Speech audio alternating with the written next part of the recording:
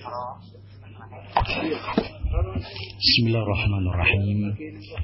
Assalamualaikum warahmatullahi wabarakatuh. Alhamdulillah, nahmaduhu wa nasta'inuhu wa nastaghfiruh wa na'udzu billahi min shururi anfusina wa sayyiati a'malina. Man yahdihillahu fala mudilla lahu wa man yudlil fala hadiya lahu.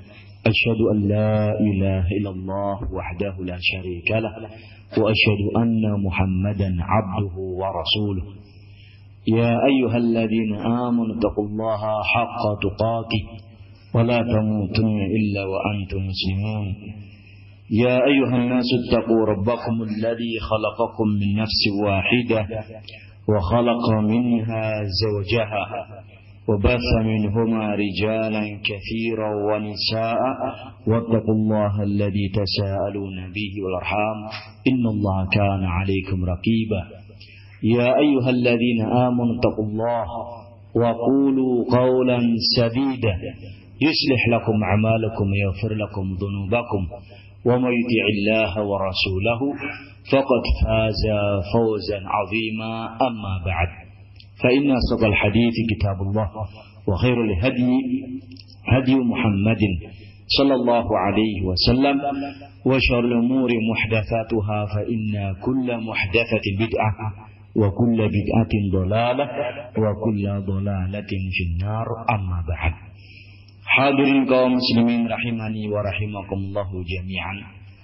Alhamdulillah, kita bersyukur kepada Allah Subhanahu wa taala pada kesempatan hari ini kita bisa mendapatkan kesempatan ta'lim tempat ini. Masih dengan kitab yang sama, Lamdul Manthur, bab tentang peringatan para salaf dari bahaya bid'ah dan kebid'ahan dan dari pergaulan bersama mereka. Kita diberi tambih, peringatan yang keras oleh Rasulullah dengan para sahabat agar jangan bergaul dengan ahlul bid'ah, karena pergaulan bersama mereka itu akan menyebabkan kita tertular oleh pemikiran-pemikiran yang menyimpang dari mereka. Perhatikan kaum muslimin, akan kami berikan satu mukaddimah singkat supaya tidak membingungkan bagi hadirin. Setelah kita membaca nas-nas dalam pertemuan yang telah lewat, kita membaca sikap yang sangat tegas, sangat keras dari para ulama kita, dari Imam Ahmad bin Hanbal, Al-Imam Abdullah bin Abbas, Al-Imam Atha bin Rabah, Mujahid, dan yang lainnya. Sikap tegas, kalimat yang tandas dalam menghadapi al-bid'ah. Pertanyaannya adalah bagaimana sikap kita dengan bermasyarakat? Apakah kita menampakkan sikap tegas itu dengan petantang-petenteng, siap-siaga untuk menendang kapanpun bisa ditendang? Apakah seperti itu? Jawabannya tidak, kaum muslimin. Kami akan berikan mukaddimah singkat tentang penerapan hal ini. Perlu kita memalah dan memilih. Kita bagi pembahasan menjadi dua. Pembahasan yang pertama dalam hal mendakwahi seseorang. Dalam hal mendakwahi seseorang. Yang kedua dalam hal memperingatkan bahaya kemungkaran, baik kemungkarannya atau pelaku kemungkaran. Kita pisah dua pembahasan ini supaya mudah difahami.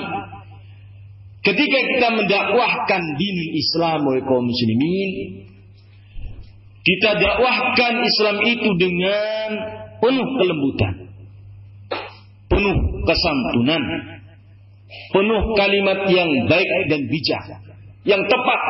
Wa qulu qawlan sadida, ucapkan oleh kalian ucapan yang baik, yang tepat, yang benar.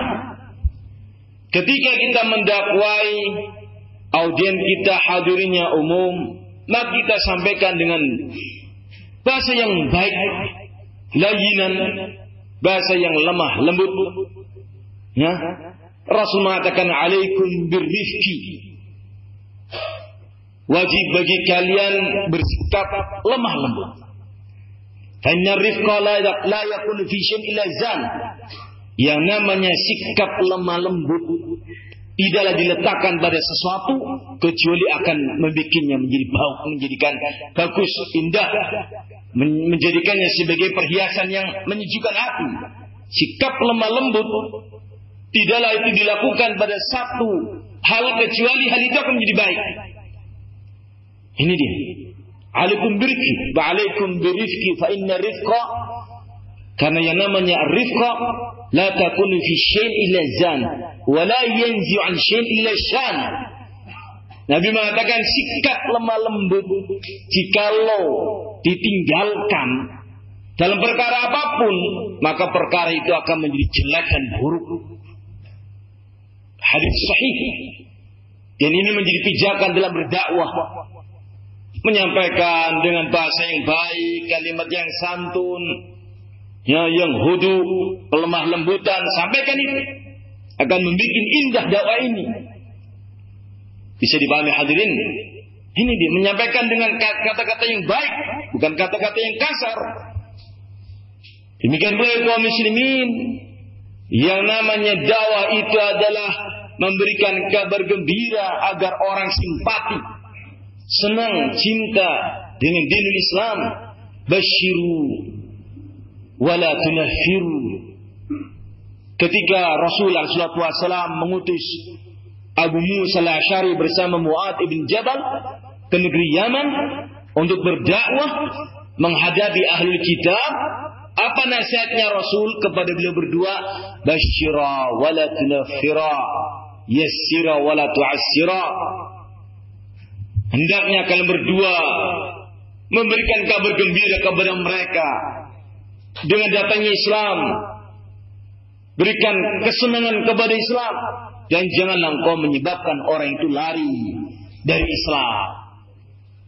Yassira wala tu'assira, bikin perkara itu menjadi gampang dan mudah, dan jangan engkau membuat sesuatu itu menjadi sulit dan beban dan berat. Jangan. Ini dia Nabi kita Rasulullah SAW dalam berdakwah, baik kaum muslimin dalam berdakwah menggunakan metode lain, kelemah lembutan, sopan santun dalam mengajarkan la ilaha illallah kepada umatnya. Dia terkenal sebagai orang yang baik akhlaknya. Akhlakul karimah terkenal di kalangan kawan maupun lawan. Bahkan Allah memuji beliau dengan wa innaka la'ala khuluqin 'adzim. Sesungguhnya kau Nabi adalah orang yang berada di atas akhlak yang besar. Musa alaihi wasallam ketika mendakwahi Fir'aun,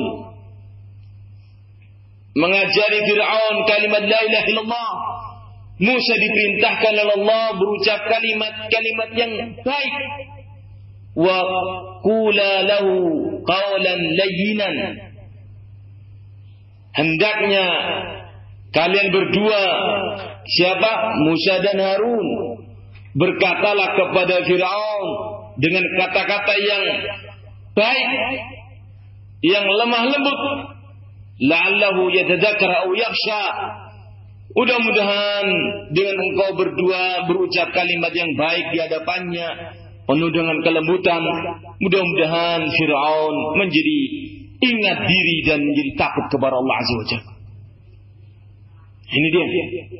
Nabi kita diperingatkan dalam dakwah, walau kunta fadhan ghalidhal qalbi dan fadhu min hawlik. Kalau engkau bersikap kasar kepada mereka, pasti mereka akan berhamburan meninggalkanmu, tidak akan mengikutimu. Wahai kaum muslimin jami'an, ayat-ayat yang seperti ini berkaitan dengan sikap ketika kita mendakwahi Islam, mendakwakan Islam kepada mereka, bergaul dengan mereka, berinteraksi kepada mereka, menampakkan bahwa kita adalah orang-orang yang di atas sunnah, dan sunnah itu adalah baik. Bisa dipahami hadirin? Ya, sehingga pembahasan yang kita bahas tidak berarti pemahamannya adalah kita keras dan tegas membabi buta. Sudah jadi buta, jadi babi buta lagi. Bukan seperti itu. Ini satu sisi kaum muslimin. Satu sisi. Ketika kita berbicara kepada orang tua, kita baik kepada anak yang masih remaja, kita pun sayang kepada mereka. Ini dalam pergaulan Nabi kita memberikan kaidah, laisa minna man lam yarham kabirana wa lam yukrim man lam yarham saghirana wa lam yukrim kabirana. Tidak termasuk pengikutku, kata Nabi, orang yang tidak memuliakan yang lebih tua dan tidak menyayangi yang lebih muda. Luar biasa agama kita. Bisa dipahami sampai sini kaum muslimin? Tetapi bukan berarti, perhatikan, kelemah lembutan kita, tutur kata kita yang bagus, ini tidak berarti kita mengambil ilmu dari ahlul bid'ah. Tidak seperti itu. Kelemah lembutan kita dalam berbicara kepada mereka bukan berarti kita membolehkan yang batil. Ya, saking lemah lembutnya, dia mau apa? Mboten napa sesat nggih mboten napa. Wah, dangkik kados wong Solo bener nasi batil rika. Ya salah Anda. Bukan seperti itu. Letakkan segala sesuatu pada tempatnya. Kapan kita berbicara baik? Ketika mentahdir umat dari bid'ah pun dengan kata-kata yang baik, tetapi sesuai dengan syar'i. Hati-hati dari al-bid'ah, karena mereka membahayakan akidahmu. Baik itu kaum muslimin. Semuanya diletakkan pada porsinya masing-masing. Musa dan Harun diperintahkan apa oleh Allah? Ucapkanlah oleh engkau berdua kepada Fir'aun, engkau muslim, kepada Fir'aun, musuh laknatullah, musuh Fir'aun. Tetapi diperintahkan untuk mengatakan kalimat-kalimat yang baik dalam mendakwakan al-haq. Bukan berarti dijadikan Fir'aun itu sebagai teman. Berucaplah dengan santun kepada Fir'aun dan jadikanlah Fir'aun sebagai temanmu. Apa ada kayak gitu, Pak? Tidak. Tetap menyikapi Fir'aun sebagai adu, musuh.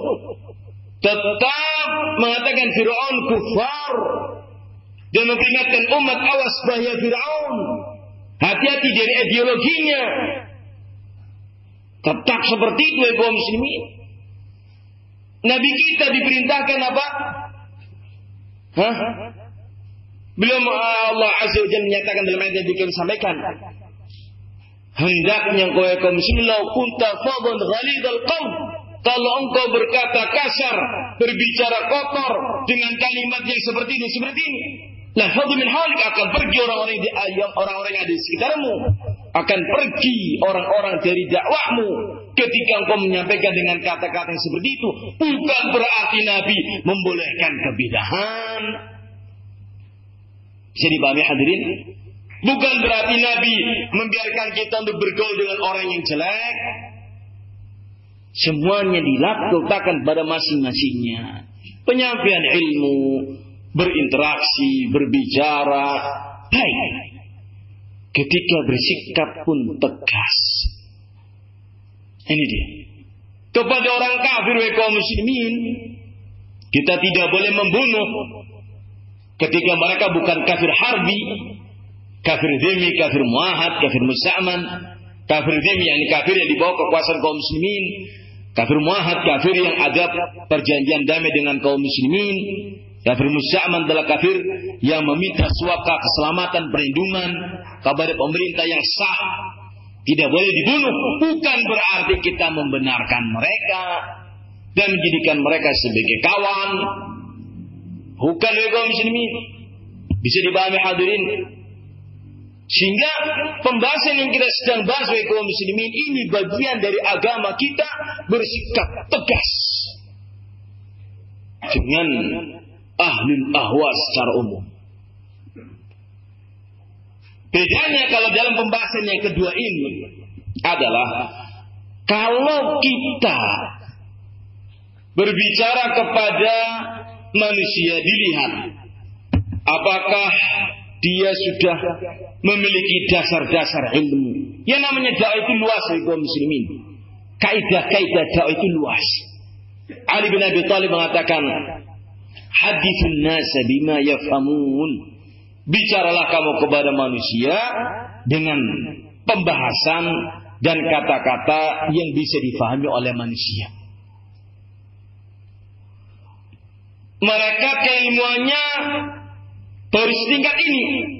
Maka yang dibahas di depan mereka karena mereka awam adalah ini materinya. Disesuaikan dengan kondisi yang ada. Ini orang sudah lama mengaji. Kita membuat tahapan-tahapan penyampaian ilmu. Ilmu ini dulu disampaikan sekian lama. Itu dulu. Kemudian meningkat lagi sampai sekian tahun.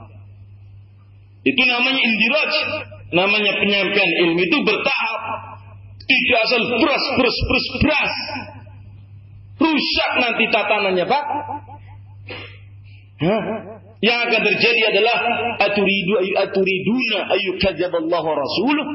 Kalau engkau berdakwah serambangan, apa engkau menginginkan Allah dan Rasulnya tidak dipercaya oleh umat gara-gara kamu dalam mendakwakannya dengan salah? Dakwah itu pelik urusannya. Menguasai sisi ini. Fikih dalam dakwah, adab dalam dakwah, sikap dalam dakwah, menyikapi orang yang umum seperti apa, menyikapi orang yang memiliki ilmu namun dia bersikap salah bagaimana. Semuanya panjang lebar harus dikuasai oleh seorang dai. Sehingga tidaklah luput dia ketika dia membahas tentang kelemah lembutan. Bukan berarti Anda boleh mengambil ilmu dari ahli bid'ah. Beberapa orang kebablasan. Kita harus lemah lembut. Jangan kita sikap kasar kepada orang. Sikap kasar itu jelek, menimbulkan orang benci dengan kita. Akhirnya kebablasan. Jangan sikap kasar walaupun itu bid'ah. Jangan bersikap tegas walaupun itu kebatilan. Jangan bersikap Anda mentahdir kemungkaran, karena hal itu bisa menyebabkan ini dan itu. Ini kebablasan. Dia tidak memiliki ilmu tentang dakwah. Bisa dipahami hadirin? Beberapa orang kebablasan sampai tingkatan membolehkan mengambil ilmu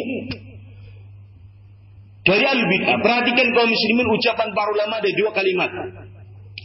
Wujubu qabulul haqqi walau kana minal adu.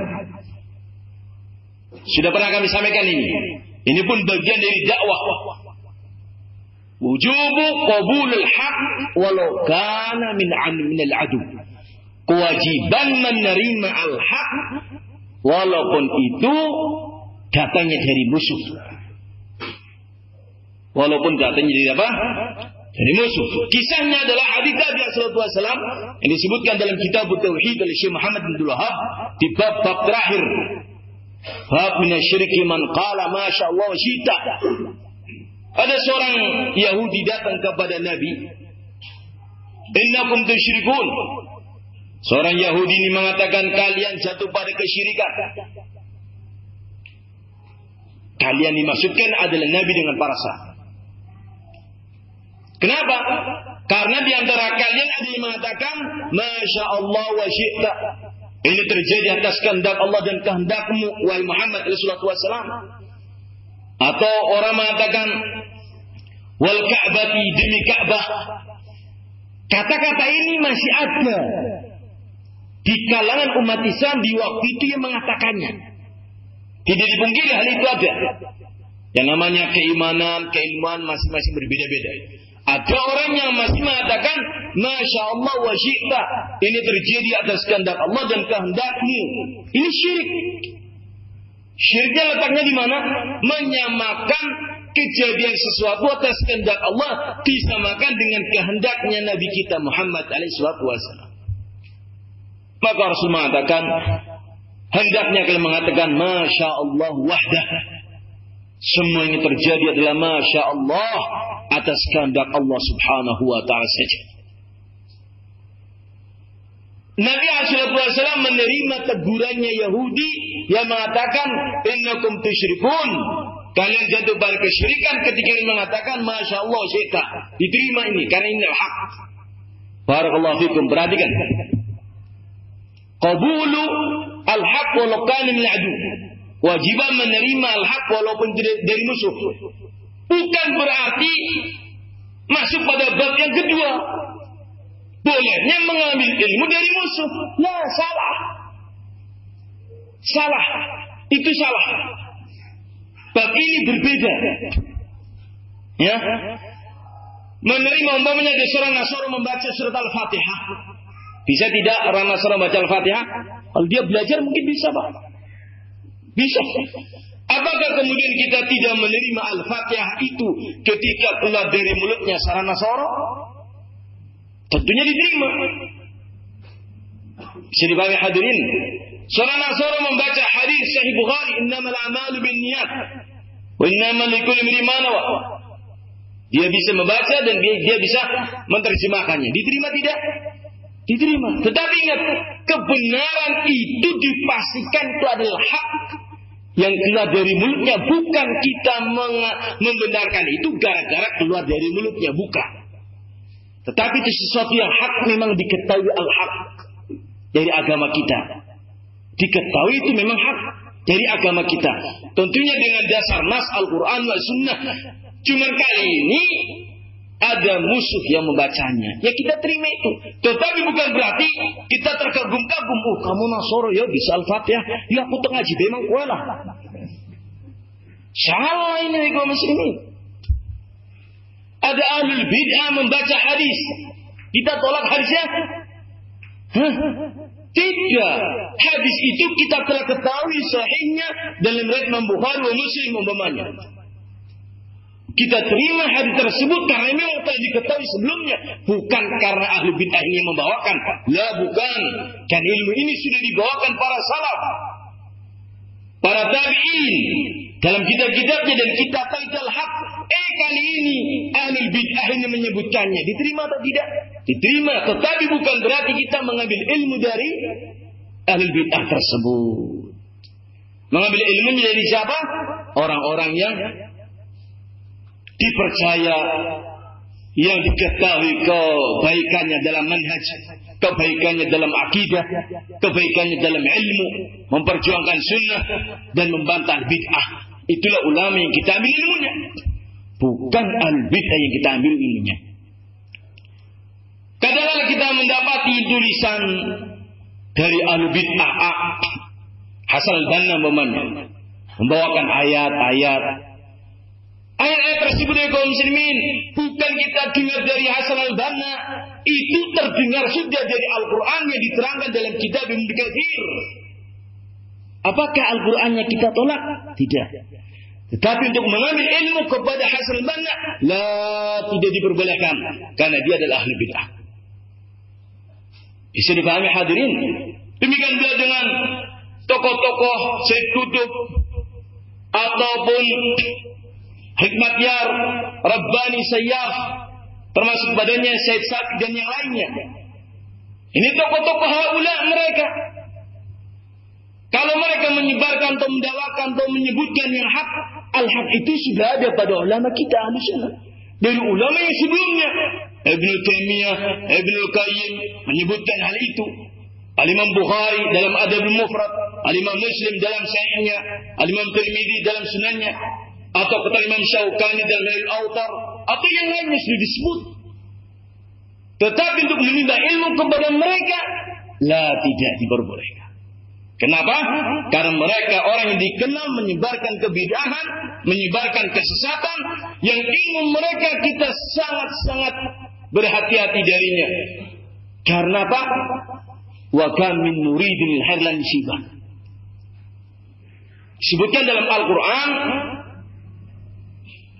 Allah Azza wa Jalla berfirman tentang walladzina fi qulubihim zayghun fayattabi'una ma tashabaha minhu ibtigha'al fitnah wa ibtigha'at ta'wili. Adapun orang-orang yang di dalam hatinya terdapat sifat penentangan, dalam hal ini adalah ahli bid'ah, maka mereka akan mencari-cari ayat-ayat yang masih samar-samar untuk menimbulkan adanya pemahaman yang batil dan menimbulkan pemahaman yang menyimpang. Maka tidak boleh diambil ilmunya. Sudah kita lewati pembahasan terdahulu beberapa bab yang lewat. Inna hadzal ilma dinun fanzur amma tahuduna dinakum. Ilmu ini adalah agama kalian. Maka telitilah dari siapa kalian mengambil ilmu agama ini. Ini yang namanya segala sesuatu ditempatkan pada tempatnya masing-masing. Tidak kita berlebihan melampaui batas. Ahli bid'ah kita kafirkan, tidak. Ahli bid'ah belum kafir. Yang kafir katakan kafir, yang ahli bid'ah katakan ahli bid'ah. Yang hak katakan hak, yang batil katakan batil. Adapun dalam menimba ilmu, tidaklah kita serampangan dalam hal ini. Ini sudah kita lewati kaum muslimin. Bab kita ini bab memperingatkan bahaya dari bid'ah dan bid'ah sangat bermanfaat. Kalau tidak ada di antara ulama kita yang memperingatkan kita dari bahaya hawa nafsu, mau jadi apa kita ini? Kalau tidak ada ulama kita yang memperingatkan akan bahaya bergaul dengan al-bid'ah, akan jadi apa kita ini kaum muslimin? Akan dimakan mentah-mentah oleh ahli bid'ah karena tidak ada sikap kehati-hatian dari mereka. Ketika ditanyakan kepada Syekh Rabi' sebuah kaidah, belajar kemanapun saja dan ke siapapun saja, ambil yang benar dan tinggalkan yang salah.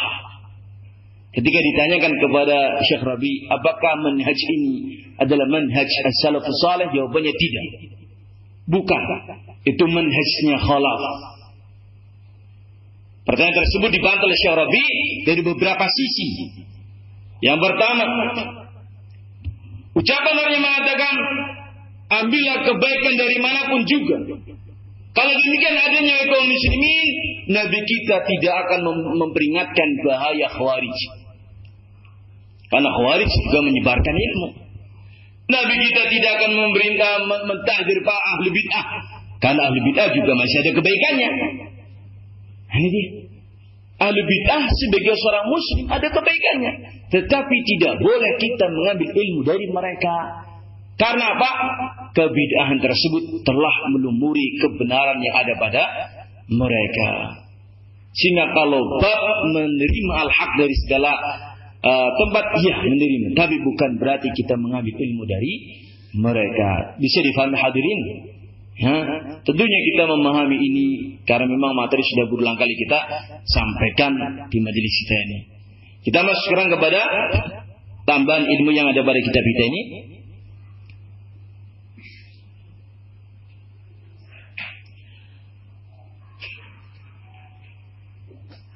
Qala Abu Nu'aim rahimahullah, dakhala Thawri yawm al-jum'ah فإذا الحسن ابن صالح ابن حي يصلي. Al-Imam Thawri, yani Sufyan Thawri, masuk ke dalam masjid di hari Jumat guna menunaikan salat Jumat. فإذا الحسن bin Salih, maka didapati oleh Imam Sufyan Thawri seorang yang bernama Al-Hasan ibn Salih ibn Hay.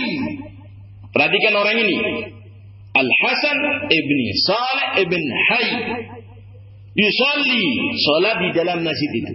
Muslim atau kafir dia berarti? Muslim. Bagaimana sikap Imam Sufyan Thawri terhadap si Muslim ini? Faqala na'udzu billah. Sufyan Thawri mengucapkan dengan tegas dan keras supaya didengar oleh manusia yang berkumpul di masjid. Na'udzu billahi min dzalik, yang aku berlindung kepada Allah min khusyu'in nifaq, dari kekhusyuannya seorang munafik. Al-Hasan ibn Salih bin Hay disebut oleh Imam Sufyan Thawri sebagai munafik, padahal dalam keadaan salat yang salatnya sedang khusyuk padanya. Wa akhadha ni'alahu fatahawwal, maka Sufyan Thawri mengambil sandalnya, kemudian beliau meninggalkan masjid tersebut dan tidak mau salat di satu masjid yang di situ keberadaan Al-Hasan bin Salih bin Hay melakukan salat. tidak mau satu masjid dengannya. Kenapa? Ahlul bid'ah dhalal. Para ulama mentahhirnya dan mentahhirnya dengan nyata secara umum, bukan lisan, bahkan sampai praktek. Bahkan sampai meninggalkan masjid di mana Al-Hasan bin Shalih bin Hayy berada di masjid tersebut. Kok tugas teman mau kasih muslim? Kasih muslim bukan Pak? Kasih muslim bukan? Kasih muslim. Tetapi mengapa si Kanatari melakukan sikap yang seperti itu? Hajran li ahli bid'ah, dalam rangka meninggalkan ahli bid'ah agar supaya manusia berhati-hati dari Al-Hasan ibn Shalih ibn Hayy. Dia adalah ahli bid'ah. Apa manhajnya? Manhajnya adalah khawarij. Ini dia kaum muslimin rahimani wa rahimakumullah jami'an. Sikap tegas ini seperti ini apakah menyalahi sunnah? La, tidak. Nabi kita sudah berulang kali dalam menyikapi khawarij begitu tegas. Beliau mengatakan la in adraktu lakulanum qatl adin. Kalau aku menjumpai khawarij, yakni hidup beliau sampai pada kemunculan khawarij, sungguh akan basmi mereka. Laqtulanna dari kalimat qatala, bukan qatala yuqatilu, tapi qatala yaqtulu. Apa bedanya? Kalau qatala yuqatilu, aku akan perangi mereka. Yang namanya perangi kalau sudah kalah selesai. Yang penting kalah tunduk. Tidak kemudian diteruskan dengan pembantaian, bukan. Tapi kalau la'aqtulanna, sungguh-sungguh aku akan bunuhi mereka. Sebagaimana Allah membunuhi kaum 'Ad. Apakah yang seperti ini tidak hikmah? Hikmah kaum muslimin. Ini Nabi kita alaihi salatu wasallam. Ini pengertianlah wa innaka la'ala khuluqin 'adzim. Engkau di atas akhlak yang besar. Ini. Jangan kita anggap akhlak yang baik, yang samping itu adalah orang yang lemah lembut sampai tingkatan membenarkan yang batil.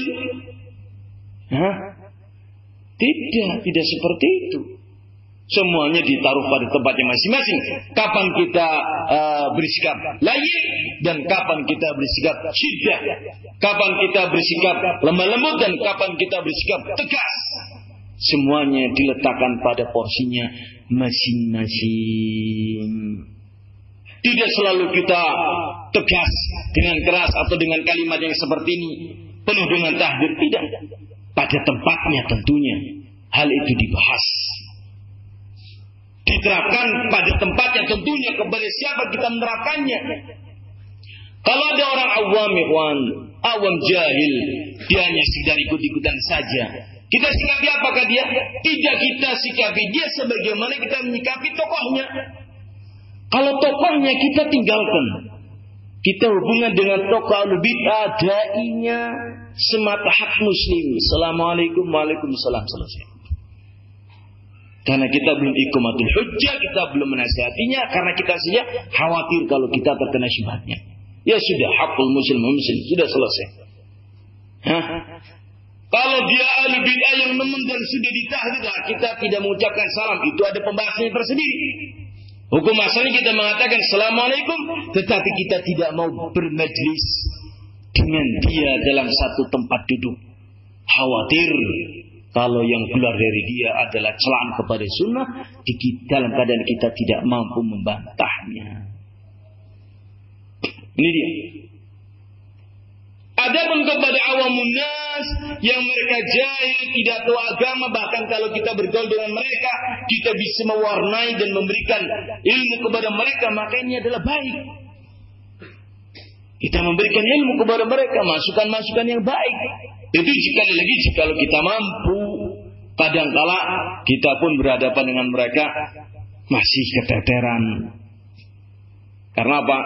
Ilmu kita dalam, cetek.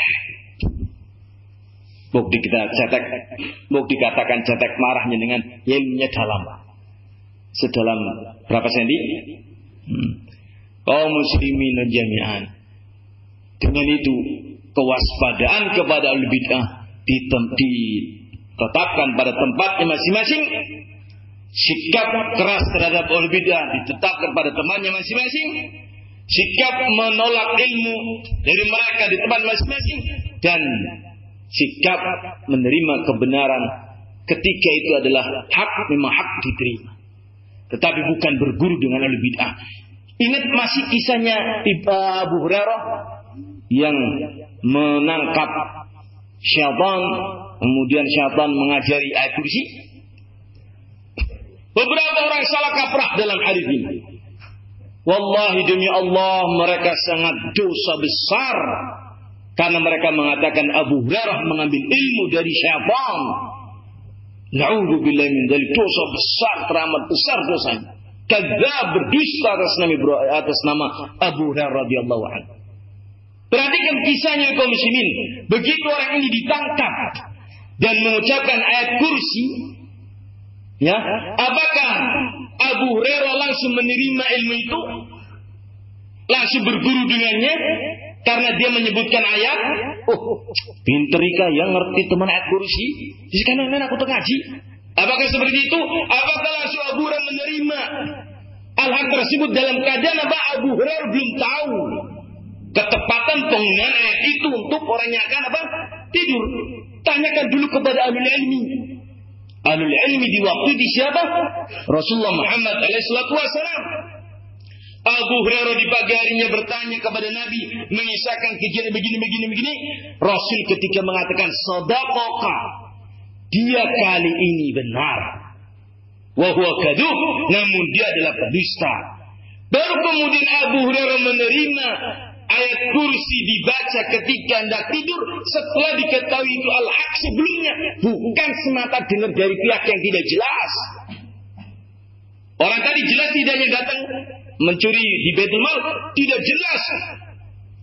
jelas dari mananya asalnya, tidak jelas ilmunya siapa, ngaji dengan siapa, gurunya siapa. Orang yang paling alim Nabi kita Muhammad SAW di waktu itu. Abu Hurairah tidak mengambil ilmu dari syaitan, tetapi Abu Hurairah mengambil ilmu dari siapa? Muhammad Rasulullah SAW. Diterima ucapan itu setelah diperkuat oleh Nabi, bukan diperkuat, setelah dikatakan itu hak oleh Nabi, maka baru diterima. Tetapi tidak kemudian dilanjutkan. Kalau demikian, mari kita taklim dengan iblis. Nah, tidak demikian ya kaum. Nabi langsung mengatakan, bahwa kadu pendusta dia, jauhi dia, mungkar dia, sesat dia. Kali ini memang benar. Setelah ada ahli ilmu mengatakan benar, kita terima itu, bukan berarti lanjutnya kita bermesraan dengannya. Bisa dipahami hadirin? Udah lagi? Alhamdulillah rabbil alamin. Subhanakallahumma bihamdika asyhadu an la ilaha illa anta astaghfiruka wa atubu ilaik. Assalamualaikum warahmatullahi wabarakatuh.